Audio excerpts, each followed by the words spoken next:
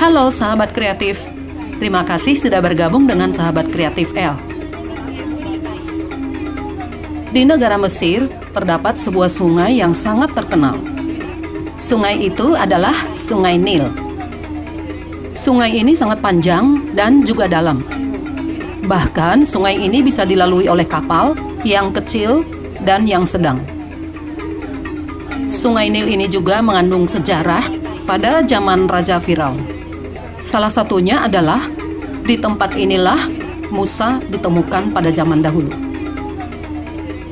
Di zaman sekarang, sungai ini dibuat menjadi tempat wisata. Kita bisa mengelilingi Sungai Nil dengan menaiki kapal pesiar sambil makan malam. Salah satu yang sangat menarik adalah sebuah perkampungan yang dibuat untuk mengenang dan mengetahui sejarah kerajaan Firaun zaman dahulu.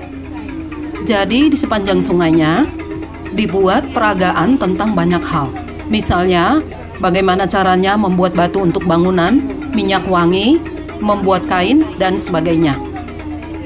Dan di pinggir sungai ini juga ditunjukkan bahwa disinilah Musa ditemukan zaman dahulu. Jadi kita akan berlayar mengelilingi sungainya, dan di sepanjang pinggir sungainya diperagakan cara-cara pembuatannya. Untuk itu jangan kemana-mana, saksikan videonya sampai selesai. Broken up with a hoe, and then furrows are made with the broad-bladed mattock. The sower scatters the seed from a small bag or basket, and sheep follow the sower to press the seed into the tough soil with their feet. Beside the houses in the background are pigeon towers. The Egyptians kept pigeons for food, and they were used for carrying messages, especially for the army. The fields are irrigated by means of the shadoof, which works like a balance, with a bucket at one end of a long pole and a heavy stone as a counterweight. Shadoofs are still sometimes used in the Egyptian countryside. When the grain is harvested, the sheaves are carried to the threshing floor in a net bag hung on a long pole. When a thick layer of grain has been spread on the circular floor, oxen or cows are driven round to break up the ears of grain with their heavy feet. The next process is winnowing, when the grain is tossed up into the air so that the lighter chaff or husk will blow away on the wind. The grain is then taken to be stored in the silos. The scribe makes a careful record of all the grain which is being stored.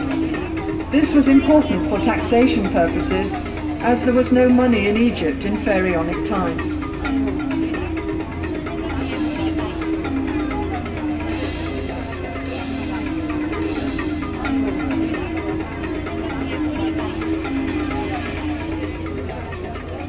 Honey was used for sweetening by the ancient Egyptians, as sugarcane was not grown in Egypt in those days.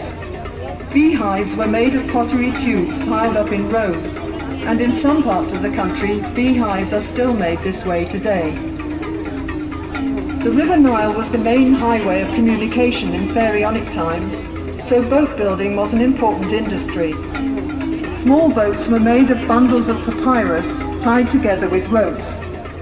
Such boats were used for short journeys and for fishing or hunting trips. Larger boats were made of wood, usually cedar wood imported from Lebanon. Wooden boats were pegged together with dowels and sewn together with ropes, as can be seen in the cross-section on the back. When the boat was put into the water, the wood expanded and the rope shrank, so the boat became completely watertight. A royal boat of this type can be seen in the museum beside the Great Pyramid of King Cheops at Giza.